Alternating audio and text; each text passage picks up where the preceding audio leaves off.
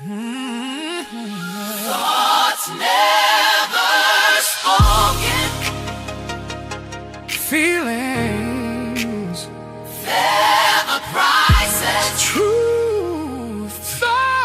Truth never voiced. Welcome to the Unspoken Voices Podcast with Chuck Ellis, where the rubber meets the road and the unspoken finds its voice. This is more than a podcast. This is a space for the thoughts you've been holding in, the conversation you've been avoiding, the feelings you've been struggling to explain. It's a platform for honesty, a safe place for courage, and voice for those who haven't found theirs yet. Here we don't run from real life. We face it. Whether you're calling in to share your story or listening because you're not ready to speak yet, this platform was built for you. So let's talk about it. Let's talk about What's really going on? This is the Unspoken Voices Podcast.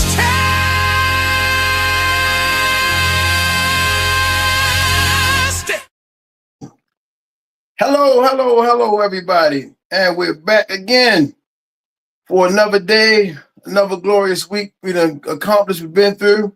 Want to say greetings. Thank y'all for joining in. This is the Unspoken Voices Podcast with yours truly, Chuck Ellis. Check it out. Well, today is Palm Sunday, but as always, we got to first stop and thank God for allowing us this opportunity to be here today. I want to thank him for you. I want to thank him for my family, friends, and those who I know or don't know, and those who I will get to know. It's a blessing to be here, to be able to breathe one more day, give a good thing a life, and to be able to get it right one more time.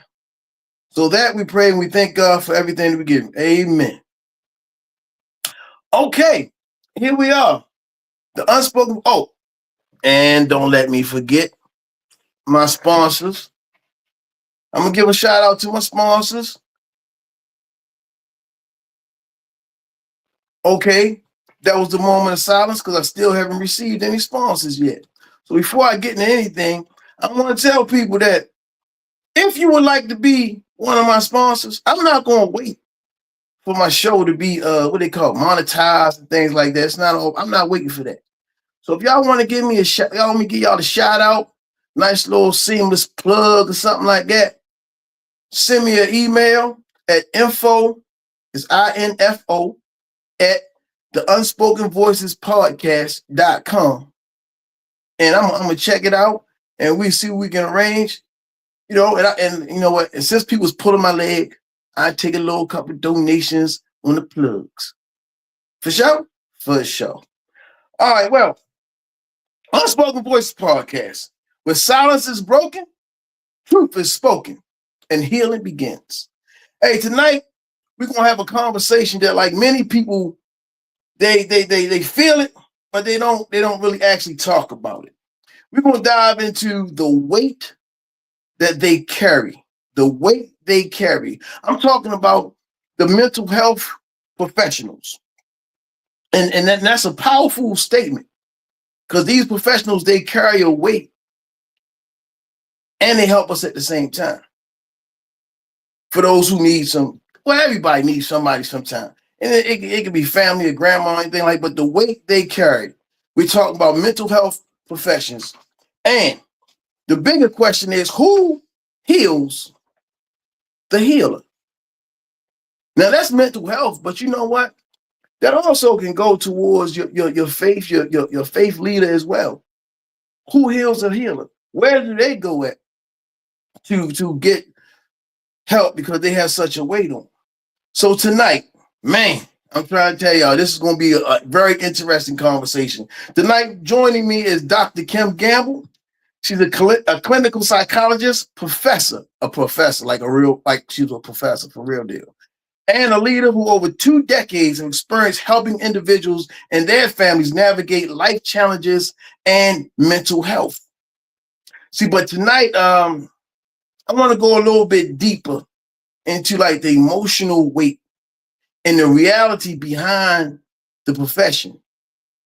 And a bigger part is, what does it take to keep showing up for others while managing your own life? So without further ado, I'm going to go ahead and bring on our esteemed guest, Miss Kimberly Gamble. We bring her on stage. Boom. Hey, Miss Gamble. Uh-oh. Can you hear me? What was her? Uh-oh. I can't hear you just yet. Can you hear me now? No. Get out of here, for real. Hold on. You can't hear me? I got you out here. I'm looking right at you. Now, everybody else looking at you. They can hear you, but you can't hear me. All right, so this is what I'm going to do. I want you to back out. Can you hear me? You can hear me now? Can you hear me now? Can you hear me or can't you hear me? Can you hear me? Uh-oh. Hey, y'all. Well, as always, it seems like the professional needs some professionals. We got a little timeout. Well, not a timeout. I'm going to have to figure it out because I'm going to have to bring her back in. I guess her mic was not working. So, well, like I said, I'm going to wait and pause for a second. Give me a station identification break. I assume that's what you want to call it. And I'm going to wait for it to come back on. And let's see what happened this time. All right. All right. How about now? We are good to You go. back? You good to go? Perfect. You know, I had to do one of them old. I'm good to I had to go. do one of them old station identification breaks. Long as we get it done, right? We make Long it as we get it happen. done. Well, just so you know, you came back on. We already in full focus of the audience. Well, hello. Good to see everybody, and thank you for having me. I'm excited to be here with you tonight. Yeah. Well, they not really like in studio with us, but you know, they all over the place. But now look, Kim, I mean, I introduced a little bit about you, right? Okay. And you know, I don't want to like. I always want to make sure that I address individuals accordingly to their classifications, their educational degrees, and things like that, right?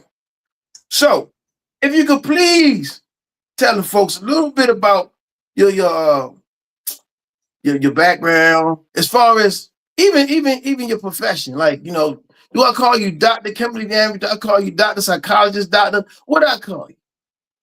So, formally, you know, Dr. Gamble is ordinarily what I go by. When I used to work with the kids, they would call me Dr. G.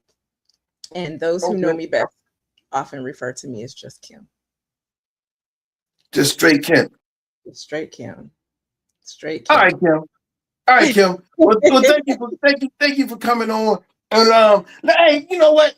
I read in your bio, Okay. because I asked you for your bio and everything, and I said, well, you know, I wanted to know some key points about where you at, how you get to where you are, and I know you made a point about growing up in like a working class home. Okay, so could you give me a little what was life like growing up in a working class home? I mean, what was life like in Erie, Pennsylvania? I can tell you this: I had a great life. A working class home for my life was good. It wasn't without, of course, challenges. We're all human. But my parents, neither one of them went to college. They both attended a technical high school. Okay. But with that education, they raised a family of 3 children. So I'm the middle child. But my father, he went to school for auto mechanics and also welding. He learned to weld. And my mother, she went to school for business. Okay. And so I come from a background where working class in my household meant entrepreneurship.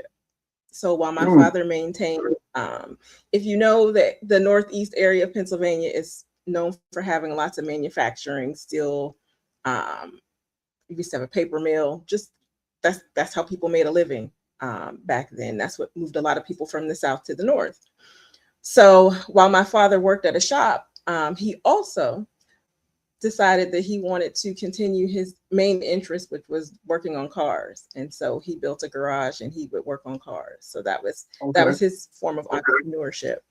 And then my mother, because she had a loving and supportive husband who showed us what the definition of unconditional love looked like, when she decided that she no longer wanted to work for the government, because she worked for Social Security for several years, she was ready to venture off onto her own devices, and she had some wishes and some desires and some things she really wanted to see happen for the community. Okay. She's a very giving woman, very loving, very kind. She didn't take no mess, but she was a very loving and kind woman. She had a good heart, and that came from the foundation from her parents. But she wanted to start an entertainment company. Okay. And so in 1977, she started an entertainment company called Lag & Friends. Okay. And so her vision, she was definitely a trailblazer. She always loved the entertainment industry, but what she discovered was how lucrative the industry was. And she wanted to find a way to bring some of that wealth to the community, because she recognized that there was a lot lacking. There were a lot of people who had unemployment issues. She was looking at the reasons for unemployment. And if you look at the things that were the foundation of why she started her company, it's a lot of the same things we face today. And she was trying to tackle them in 1977. Started. Oh, go ahead. I'm listening. One of the most important things she did while she was doing that, in terms of, advocacy work and getting into the politics of things that were happening and trying to make changes that way. But she was the first Black woman to have a television show. So she had a talk in our hometown. Yes. So she wanted to showcase talent, and provide opportunities for people for growth and change, and to see other things that were out there in the industry that were available to them. Wow. So yeah. So you come from a good bloodline. You come from a good bloodline and some trailblazers. Absolutely. All right. So is part of that a direct result, or is that what made you want to transition into a higher education to the point where you're at? Because I know you've been in school for like 30 years. That's what they all tell me. If it was 30 years, I don't know, I may have tapped out a long time ago. But no, I honestly, when I decided to go to college, I was torn between education and psychology. Okay. And so I had a few hallmark work experiences, some classroom experiences that helped me to know that psychology, I always say, I didn't choose psychology, psychology chose me. Wow. And it was just a natural fit. And so one of the things my parents taught me was that if you can get paid to do what you love, do that. And so it made sense for me to do just that.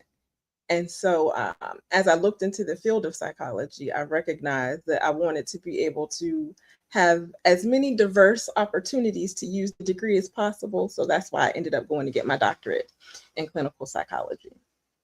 Okay. So you know what? So yeah, I gotta back up, because you said something important that kind of relates to how we move in here. You said you didn't choose psychology. Psychology chose you, right? So absolutely. With that being said, that's like saying, me, I didn't choose playing basketball for a career. And basketball didn't choose me. That's why I don't play it. But no, it's a little jokey joke. No. So look, what I'm saying is, right, they didn't choose me. So look, what I'm saying is okay, so what does it mean? Like, when you say talking about train the next generation of clinicians, I said that right? Clinicians? Yes, absolutely. Look at you on it today. I am on the ball. A1, A2, you feel me? Yeah, so, I mean, so as a part of that, and by you saying that psychology chose you, what does it mean to train the next generation? Is that a part of you got to give them that mantra or whatever the case may be? It's a field that's ever evolving.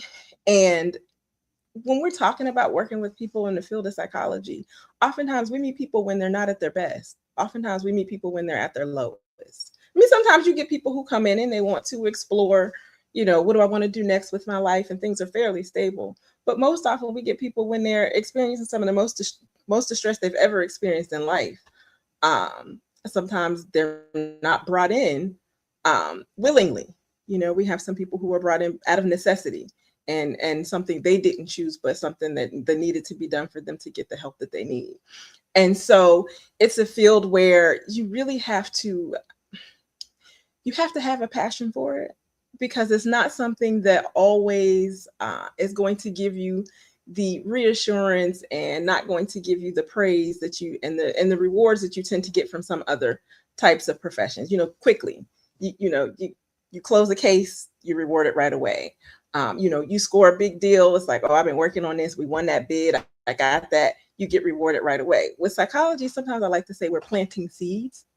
Okay. And so oftentimes the rewards may come years down the line when you find out later, you run into a client or you see them somewhere and you're like, oh, wow, they're doing really good. That's what I wanted for them. That relief has finally come for them. Things have turned. And so training the next generation also means choosing people who have a heart for the work, choosing people who have the ability to take care of themselves. And that's one of the biggest things in this. When people say first responders, they often think healthcare. And a lot of times they forget about mental health care. Okay. Because we treat their burnout. So if we're treating their burnout, what are we doing for us? And how are we taking care of? And that's part of where we're getting to. But now listen, check this out. I'm gonna be look. Now I'm trying to do the interview. You can't take my questions. I'm sorry. I apologize. You're just so good. I know, you got me right where you want me to be. Maybe psychology is choosing me. I might be one of the next clinicians. I don't know, but that kind of leads us on to a further discussion, because even in you dealing with your environment, your profession, right? You in training the up and coming clinicians, you have to teach them or get them the tools on how to cope. So in such a field, in such a demanding field, right? And I'm gonna give you a moment to lace it out, because I want you to lace it out, because now you're gonna talk to the people, because what I'm asking is you're really talking to the people that you're gonna be training, right? And this is a part of what this show is about. This show is about disseminating information, letting people know that we've been through something, how we deal. So my question is, and here we go. No, it's not a big question. It is, how do you cope? In such an emotionally demanding field, how do you cope with it? And I'm gonna give you a second. I'm gonna pull myself down, because telling us how you cope is actually telling some other people how a tool, giving them some reference or tools in order for them to be able to cope with it. So if someone right now is in the field and they're listening to this podcast, my question would give us some coping tools or explain to us how you cope with the industry as it is now. And I'm gonna pull myself down and I'll bring myself back up when you do how to do. All right. I got you covered. Okay.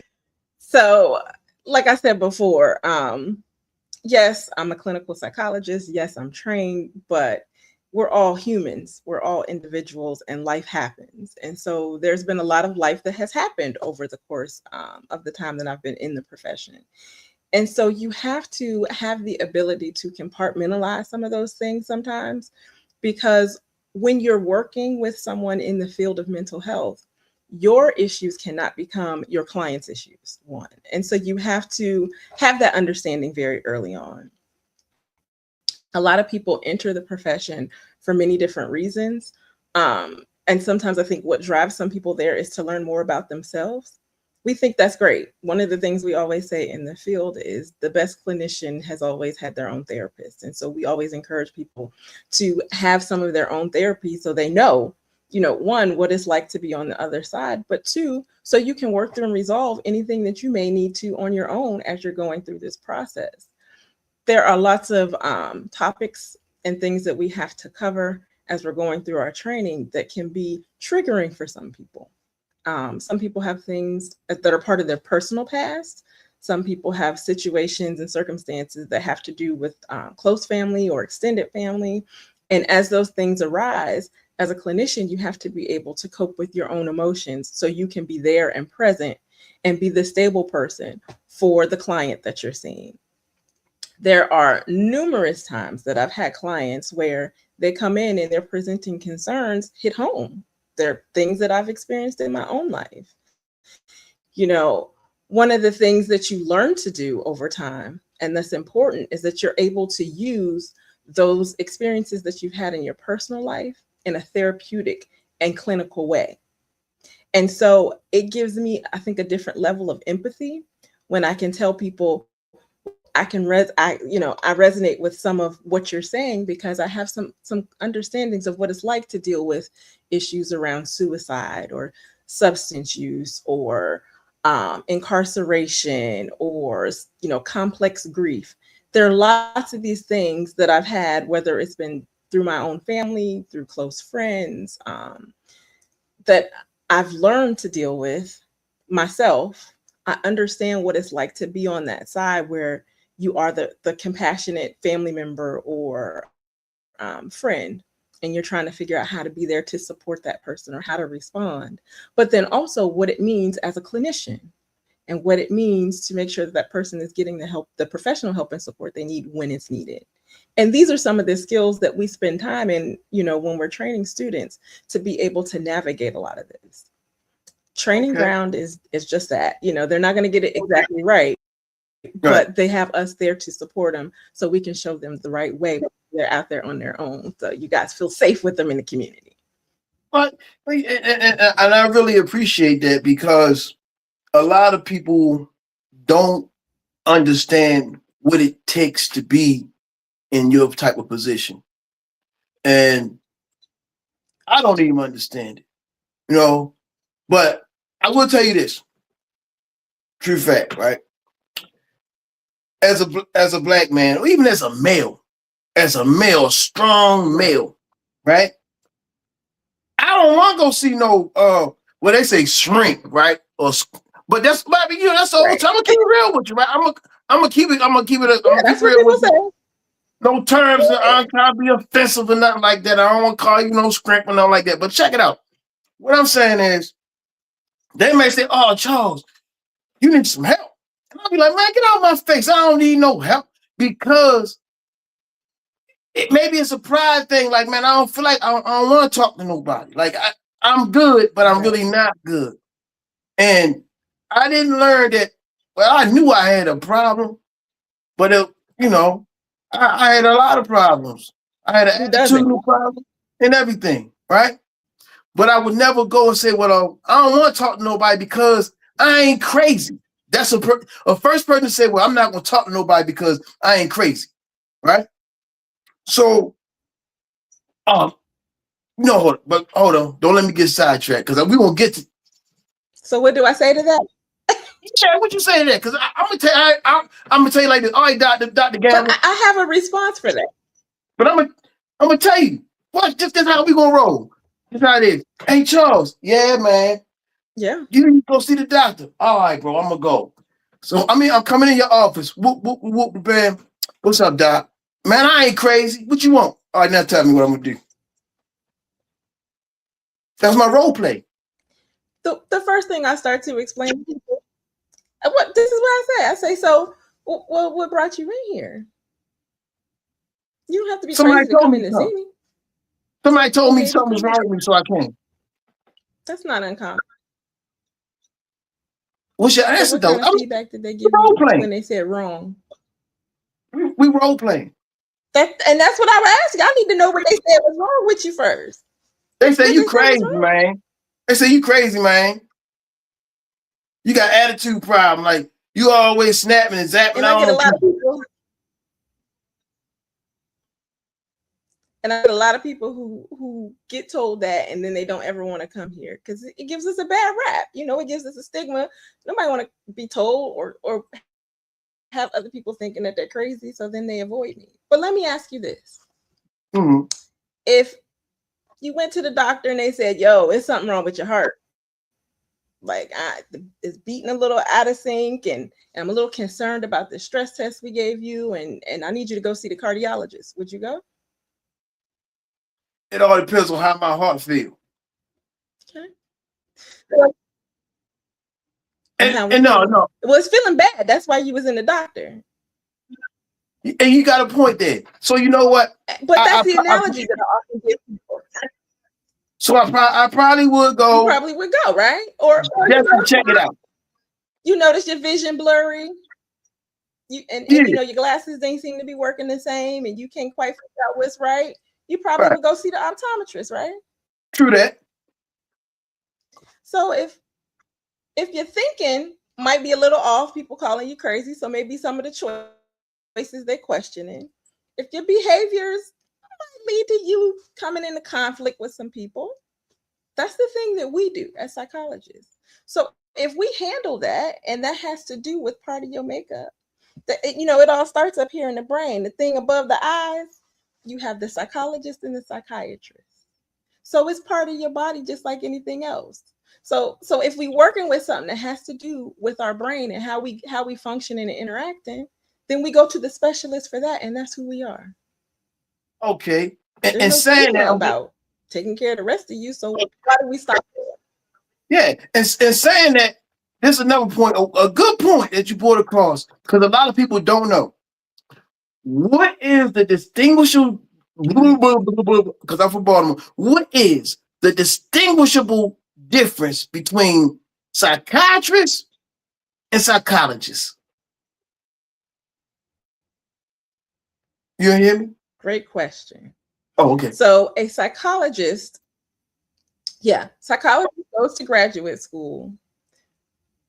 We get a doctorate degree, and it could be a doctorate of psychology or a doctorate of philosophy, but we get a PhD degree or a PsyD degree. Mm-hmm. A psychiatrist goes to medical school. They get an MD degree.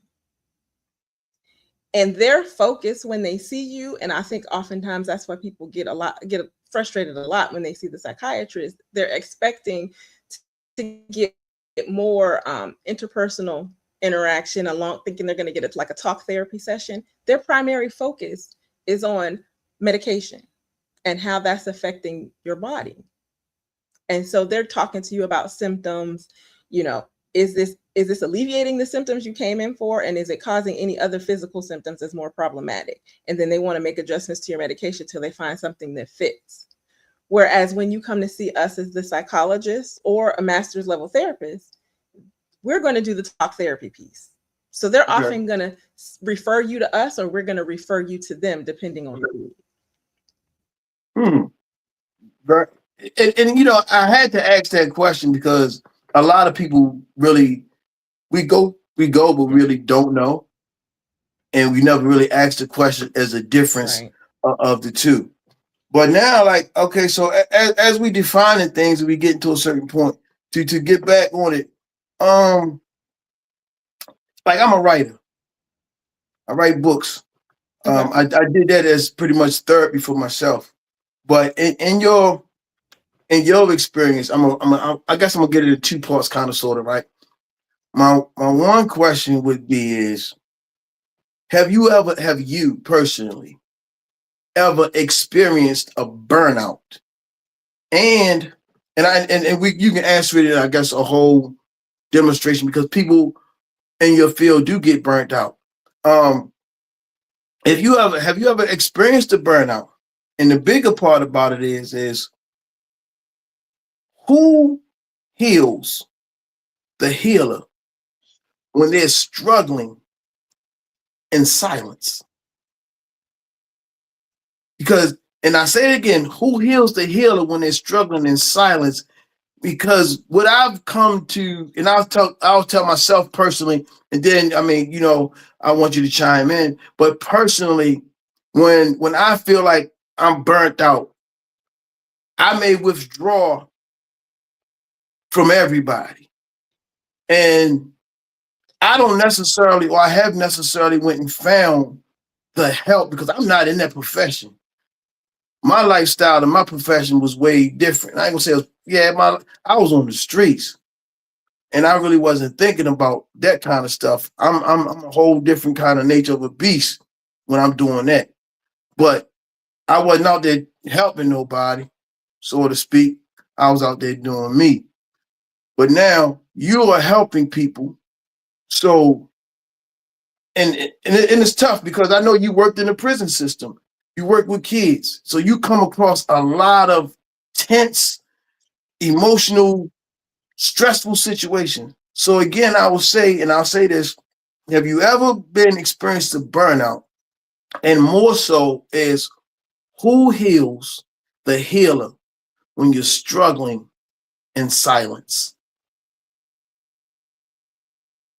I'm asking you. Talk to me. I am going to. There's going to be a time where you hit a wall, and the walls can look different. And I can only speak to what my walls look like. I recognize that sometimes it's time for me to make a shift and move on. I've been working at a place and I'm going, okay, something about this doesn't feel right, because I get up and it's harder for me to get up every day to go in to do this thing that I'm supposed to be doing. It doesn't give me the same joy. And sometimes what it's really about is assessing where you are. And so sometimes that's the key thing to prevent an actual burnout, is to pay attention to when those changes happen. When you dread the alarm clock going on, when you find yourself being late when you never used to be late, when you looking like, okay, how fast can I earn some leave time because I need to take some more time away from here? When you're distancing yourself from maybe people that you tended to interact with at work on a regular basis, maybe it's time to take a look.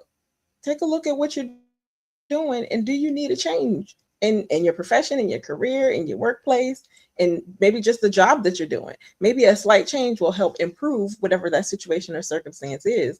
And then I have to assess, is it work that's causing this, or is it the things outside of work that I have to carry with me? And like I said, when you get to that workplace, I have to compartmentalize. I need to set that aside because right now I need to put my focus and attention on work. And then I go back when I get out to focus and attend to things that are happening in my personal life that I might need to address. So there have been times that I've made shifts in the type of work that I've been doing, because it's like, yeah, I need a change. Whether it was work or whether it was personal, it was time to make a shift to make things better for my life. One thing you have to do is, one, know yourself. And you have to prioritize you, because if I need to show up and be the best that I can be for my clients, I have to be the best that I am for me. And the way that I do that, faith, number 1, family, number 2, and friends, number 3. If I didn't have those as my foundation, I wouldn't make it. And so I prioritize those things in my life. Okay. You will, when you get to that place where you say, how do they see you suffering inside? When you have a relationship with God or whoever, your higher power might be, but when you have a real relationship, and when you have to call you out, they will come to you. They will see you, even if you don't want to say anything. They will ask questions that you may not want to answer, but they're going to ask. And they might force you to, even if you're not ready to talk to them, to look in the mirror and really start to sit with yourself and work through it yourself. Start to work on yourself through yourself. And you have to have an openness and a willingness to have some trusted people in your life. I'm not saying you need a whole bunch. You might have one family member and one friend. Okay. But you need a small circle, because we don't go through life alone. We're not meant to. Life is about connectedness, and we need to be connected. And if I'm not connected to God, I ain't gonna make it. Because the things that I've been through in my life, that's the only reason I'm standing here. It's my faith. And when you say that, I need that to keep me grounded. And so I maintain that relationship. Yes. And you said something that I really wanted to pivot on, just ask a question about it, because we getting this information, but I hear it a lot. and I don't know how true it is. And I'll say this. Okay. We say that, and whatever you're doing, you have to compartmentalize. Okay? But, and this is only me, so we can discuss it back to differ.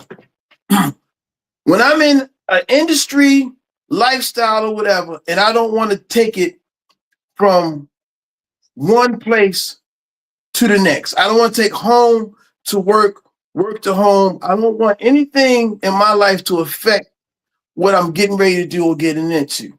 Okay.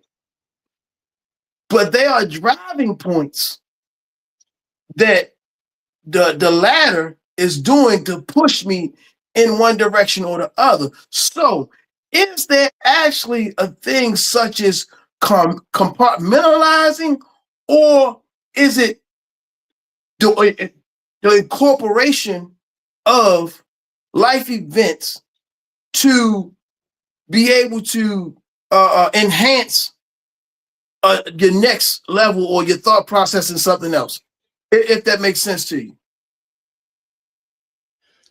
So are you saying, are there ways to, sometimes there's not ways to leave everything at home when you're at work? Is that what you're saying? Like sometimes some things come in with you?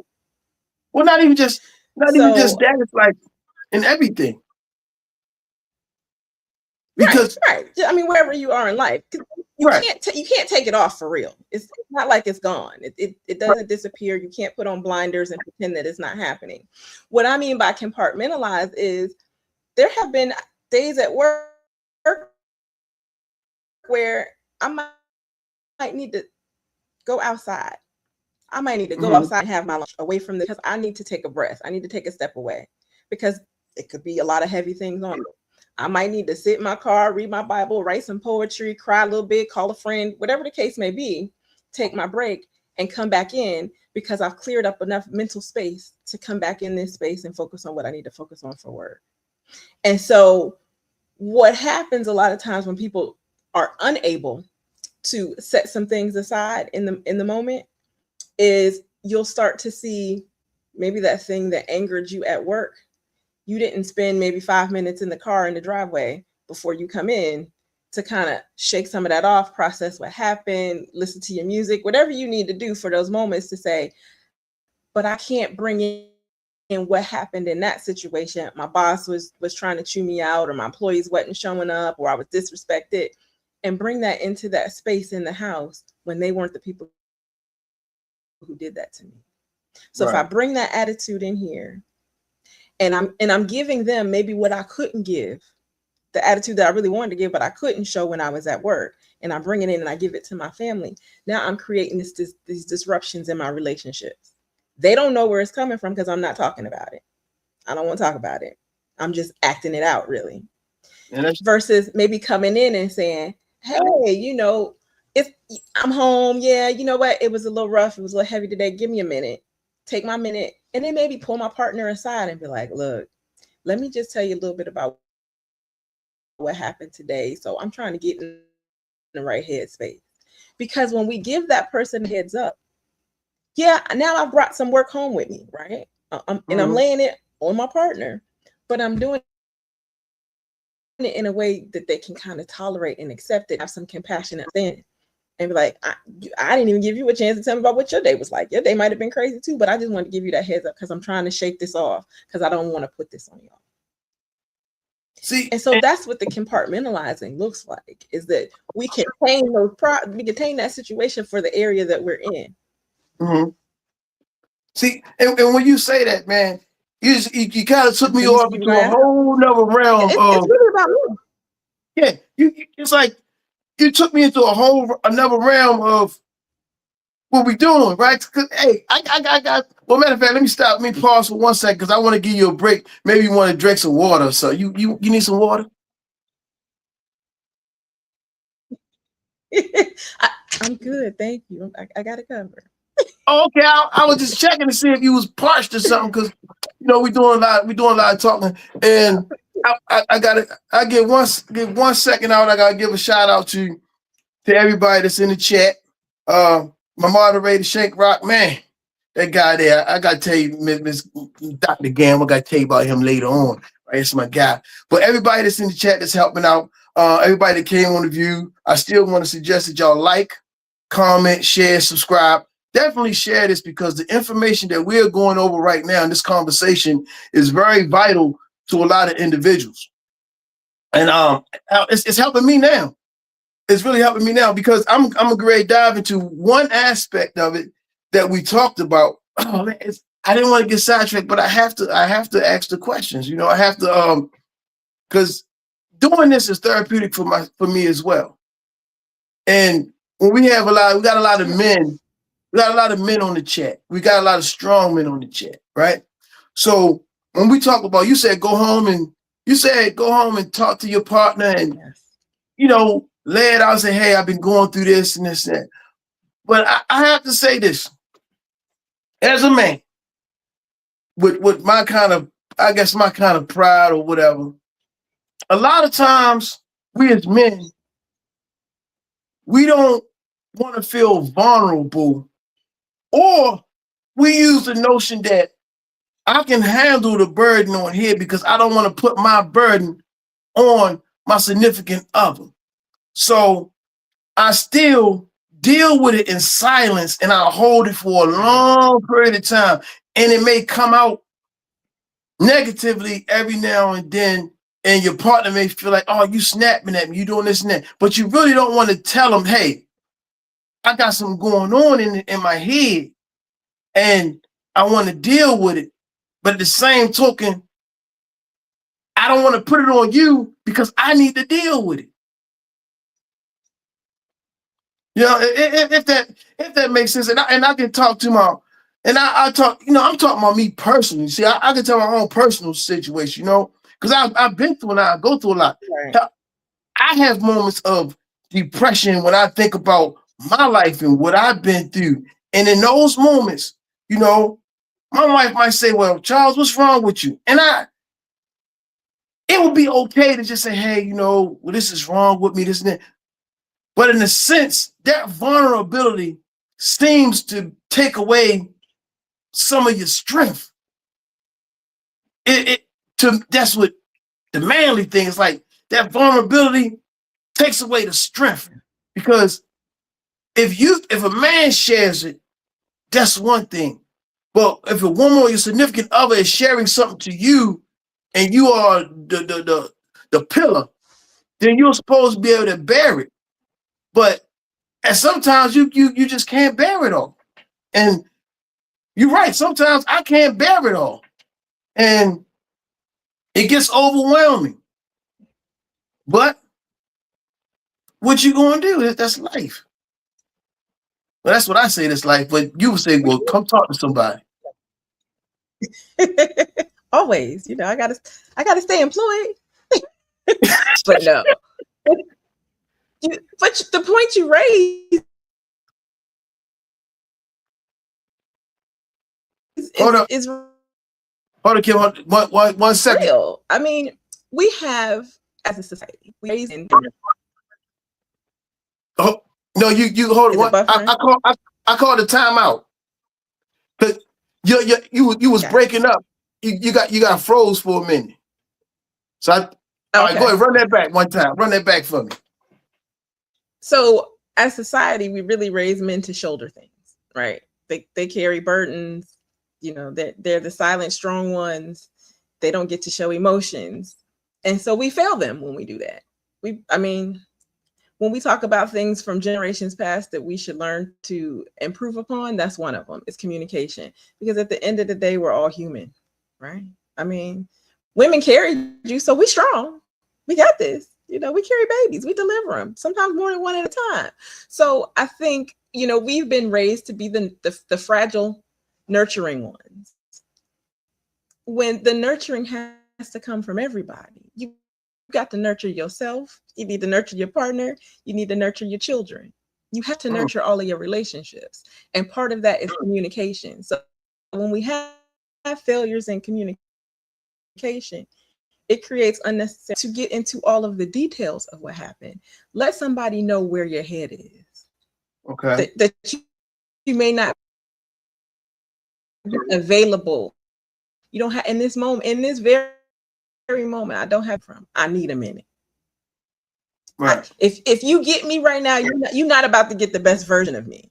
And so if I'm not going to give you the best version of me and I love you, I need to maybe circle back around to try and have this conversation with you. Or maybe I need to take some time to myself before we sit down. Because I know where I am. Okay. And okay. So one thing. I'm gonna go to the comment section real quick. I think his name's Stacy. Let me look and see. Stacy Wilson, 1275 says we need to reframe what strength look like. Let me get my words right because I'm saying some stuff. Wow. Okay, let me get it right. We need to reframe what strength look like. I said look like. That sounds so ignorant. Looks like in our community. We need to reframe what strength looks like in our community. Absolutely. Okay, I agree. Absolutely. So because you say, it is a vulnerability. Sharing our emotions is a vulnerability. But when we don't share our emotions, sometimes that can it may not be the intent, but it can look like manipulation. Okay. You know what? Sometimes you want something from me that you're not willing to give for me. So then there's this level of feeling like things are unfair. And so, like I said, when these situations arise, it's unfair to expect one person to shoulder the burden as Black men of everything that you already have to carry in the world. And I wouldn't even just say Black men. I would say men, period, because man, look, I done ran across some fellas, man, that they got some issues, man. I thought, right. Well, we were your example, coming home, but yeah, it's and I done ran across. What issues are multicultural and multi-ethnical because I done seen some screwed up people and they ain't just Black,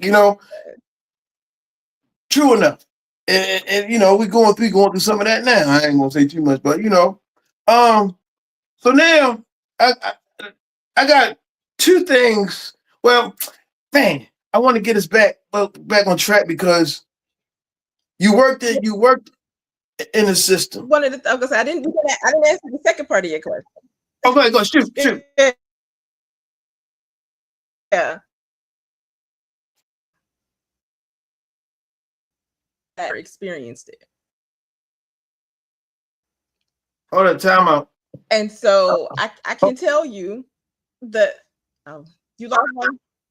Yeah, you would. Hey, you know what? I might. I see you. You see the timeout?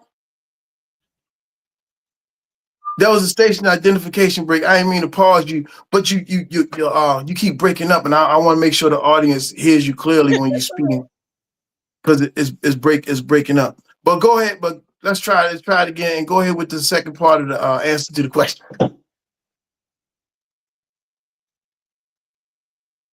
The second part you asked me was about burnout. Yep. And so I will say there came a point where I did a personal assessment because it's just the thing that I do. And I said, a lot has happened. A lot has happened over periods of time in my life, with work, with the world. And I need to take a step back. And so I took a step back. I decided I'm going to take some time off of work to take care of me. And so when you can do that, sometimes that's what you need to do. Everybody's not always in that situation where they can take an extended amount of time. But that's why I encourage people, when you have vacation time, save it up. If you need to take a personal leave and you need to go to your doctor and you need to get an excuse from the doctor for medical leave, because burnout is real. When I walk into the work that I'm doing and I feel like I'm only giving 70% of what I know to be my best, even if my clients are telling me this is 100% compared to what I was getting before and everything is great, but I know it's not the best version of me showing up. It's time for me to take a break. It's time for me to do an assessment of what do I need? How do I fulfill my own cup? How do I rebuild what I feel like has been depleted? And so you have to figure out those things that help you to cope. You know, we talk about how does the healer heal? That's it. Is you have to recognize that you need to take some time to heal. Take the time and actually do it. And so, like I said, for me, faith is important. And so it was spending more time in the things that fulfill me in that way. Spending time with the people who fulfill me, who believe in the same things that I believe, who can support me in that way.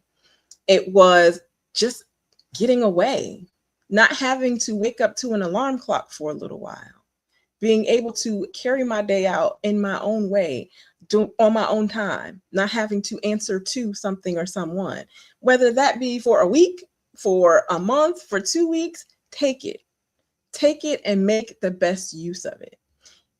It was spending more time outside, going for walks, exercising, enjoying nature. I literally found myself just looking up, being fascinated by the things that were just naturally around us. The gifts that God just naturally created for us, the heavens and the skies and the trees and the flowers, actually getting flowers and having them on my table when I came home to look at them. Small things that help you feel grounded, that help you feel safe, that bring joy to your life, people that bring joy to your life, traveling,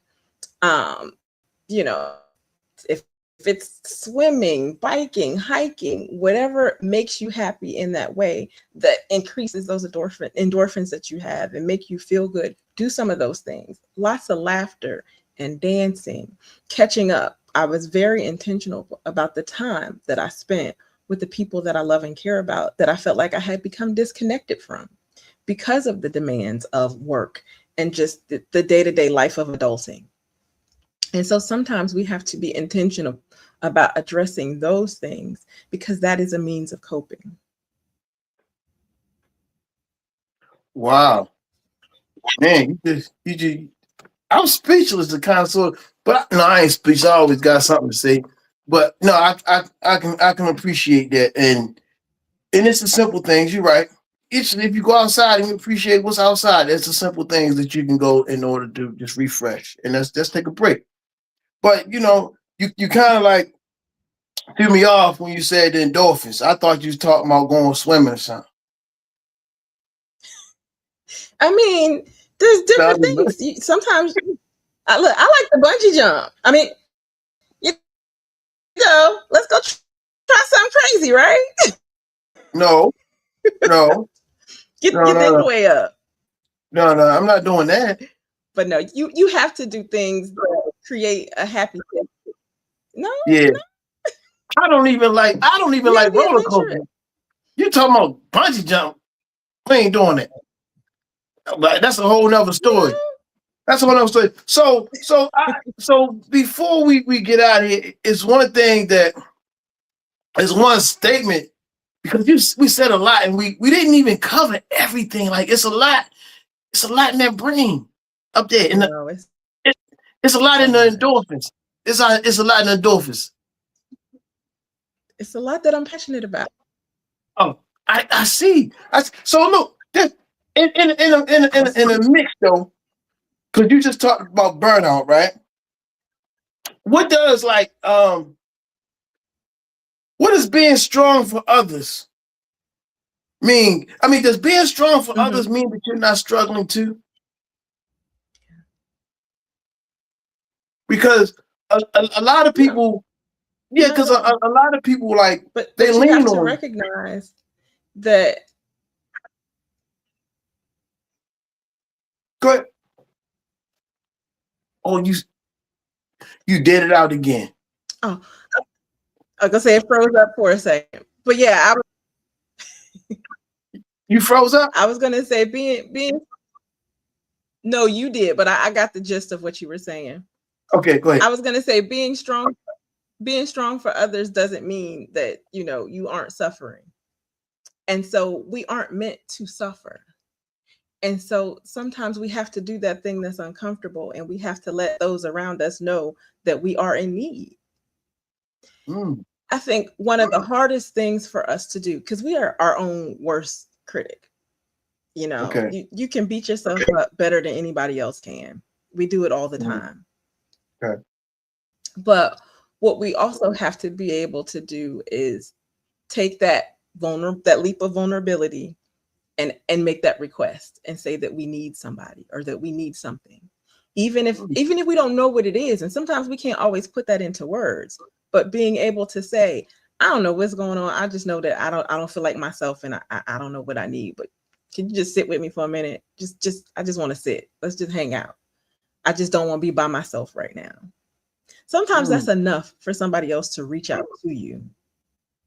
And sometimes when we see people moving differently, just make the phone call. Don't even make the phone. Just say, hey, I'm coming by. Show up. Right. Just come lay eyes on them.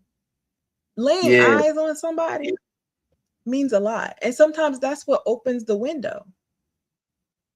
Just give somebody a hug, touch their hand. We need connection. Sometimes people this is a large world, and there are more people than you know who are in this world with all the people surrounded by them, whether it's virtually or in person, and they feel all alone.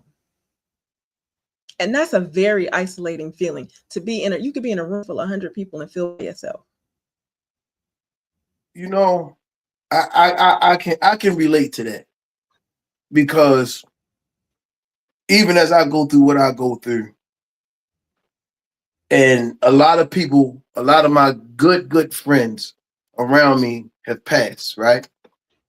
So I feel, and a lot of times I feel as though like I am alone in a sense, because those who I trusted, that I connected with, that I assumed understood me, that nobody else would understand, are no longer here.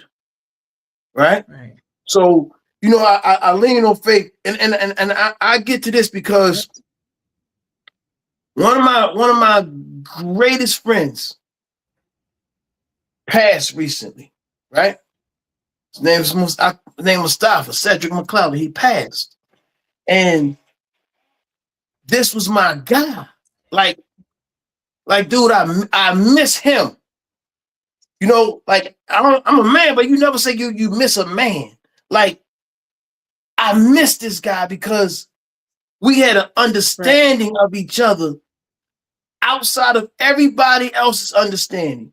And when he was going through his issues, right, I would call him, and he'd say, hey, brother, what's up, man? I'd be like, bro, I just wanted to call you and say, hey, see what's going on, see how you're doing.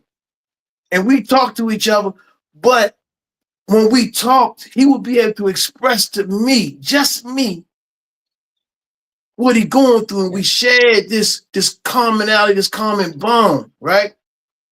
And now that he's gone, when I run across these, I can say burnt out, when I run across these brick walls and things, and I look at it and I'm like,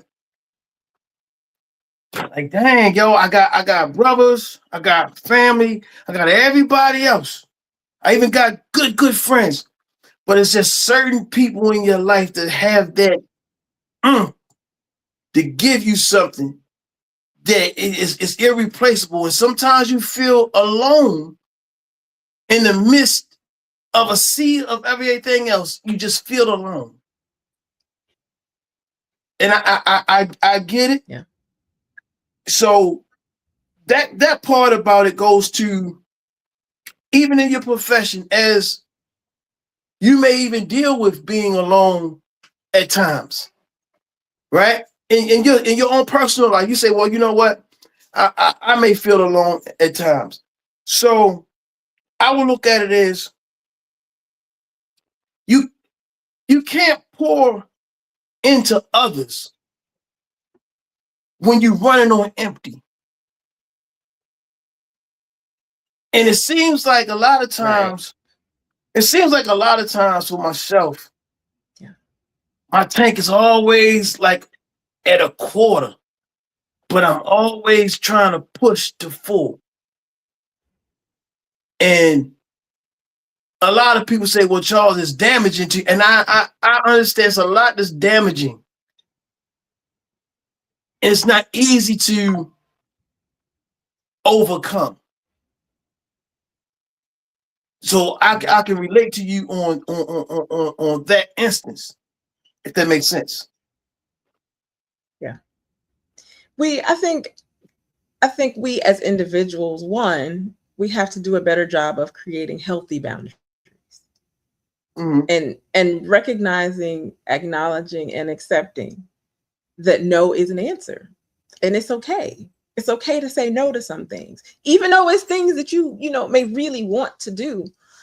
But sometimes this isn't the time to do it. I can't give a yes to everything. I can't commit to all of it at the same time. And so that's where that prioritizing has to come in, because if I make myself a priority, I really can't serve anybody else after a while. Because like you said, that quarter of a tank is going to be on empty. Right. And then we're going to go back to those relationships being damaged, because sometimes then we're overcommitting to things that we no longer can show up for. Mm-hmm. And so rather than overcommit to something that we can't show up for and cause a damage, it's better to say, right now I'm full. I'm at capacity. I'm going to circle back around when I'm available. But right now I just cannot. And feel okay with doing that, because it doesn't mean that you're failing or not being there for somebody when you have to do that. But times we have to do that. Absolutely, man. And absolutely. And I would like to say, man, Dr. Gamble, we have to pick this up. I mean, because we'll recap. I mean, I really think that this conversation was very meaningful, very vital, and I think a lot of people receive some pertinent information that they can be useful in their life. For those who are in the comment section, if you found this information, this conversation interesting or enlightening, and also throw a couple hearts up for Dr. Kim Gamble for coming and being a part of the conversation, because I really appreciate everything you said, all the advice you give, because it touched home to me. As always, I mean, it's a reminder to us that those who help others heal, they carry their own weight. And it's still possible to heal and grow and stay within reach if you're willing to start within. I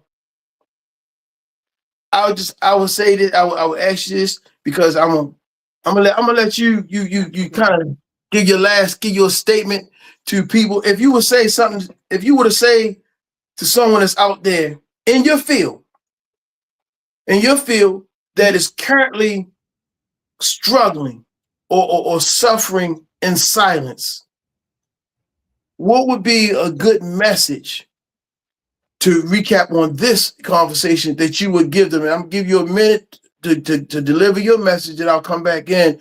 But I want you to have that moment to really be able to address an individual, because we're going to come back another time. I promise you. I hope we will.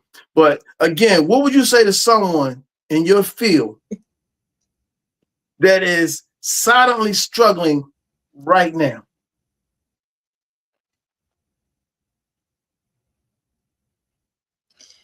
I would definitely let them know that they are deserving of the same level of care that they've spent their life giving to other people. So don't shortchange yourself. Go get the help and support you need. If you don't have the circle, create the circle. Use what we know works, our resources. So please don't hesitate to reach out. Use your EAP services if you have them. Even if it just starts with talking to that one trusted person in your life that is safe, vulnerable with them, even if it's hard to do it. Even if it starts with writing in your journal, doing poetry and music, start to get those things that have you stuck out so you feel stronger and more encouraged to move from having it on paper to saying it. I supplied a list of resources. One of the reasons that I like to do things like this, one of the reasons that I do the work that I do, is my goal is to help everybody work towards being their best self. That's what I want you to do. That's it. Every day we wake up, we just work on being our best selves. We get it. It's like we get a clean slate. We go to bed, we open our eyes, we get to try again. So we can't keep beating ourselves up. But there are resources for those who are veterans, people who may be dealing with postpartum issues, people who have mental health issues or want to support somebody who has mental health issues, substance and alcohol abuse issues, gamblers issues, anything you could pretty much come up with. I tried to put an array of resources to point you in some direction. It's important that we know how to access these services. And I think that's another area where we don't train people in how to do that. And so I hope that that is at least a start and a guide and understanding, what a psychologist and a psychiatrist does, a therapist. I guess the best analogy I like to give it in mental health is when you go to the dentist, you have the dental hygienist. That would be like a life coach. They're doing that overview, and hopefully they're going to coach you into whatever you need next if it's more than what they can handle. And so the dentist walking in would be us, the therapist. That's what we're here for. So whether it's the therapist or the clinical psychologist, that's who you're going to see and you're going to talk to, and you're going to open up and tell more. And if it feels like there's something more intense we can't handle, that would be the orthodontist. We'd send you to the psychiatrist. We need somebody else to partner with us to help make things better for you. So when you think about how do I know what level of services to access, I want you to think about those things. So it's something that comes easier to you. But there's resources if you want to be an ally, an advocate, if you want to get some training to better understand, there are free resources out there. And thanks to Mr. Ellis, he's going to make those available to everybody. I want to thank you for having me. This has been a wonderful evening. I enjoy talking with you, and I hope that I've shared something that not just helps you, but maybe help others in your life that you've been maybe trying to figure out what you can do. Thank you again, Dr. Gamble. We appreciate it. And you have yourself a blessed night, a blessed evening, and come back soon. Absolutely. I promise. All right. Take care. Okay. Okay. Ladies and gentlemen, man, that was very enlightening. Dr. Gamble did us a great justice. I really appreciate her showing up. I do have her list of resources. I will be posting those resources I have some inside the comment section early on, as well as I will be posting the list of resources that she has on my Facebook page at the Unspoken Voices with Chuck Ellis. I really appreciate everybody for showing up. Again, like, comment, subscribe. Subscriptions is free. Support what we're trying to do here, because my mission is not just to help myself. My mission is to bring people on to be able to help others cope with life differences or life obstacles. And the only way we really learn how to do it is that we support one another. And you can't figure it out by yourself. So if you hear something that someone is going through, even if you don't speak on it, it'll still be able to give you the information and the tools and some resources to cope with it in your own personal life. Again, thank y'all for tuning in. This has been the Unspoken Voices Podcast. And until next time, we love you. Stay focused, stay tapped in, and know that your voice is heard.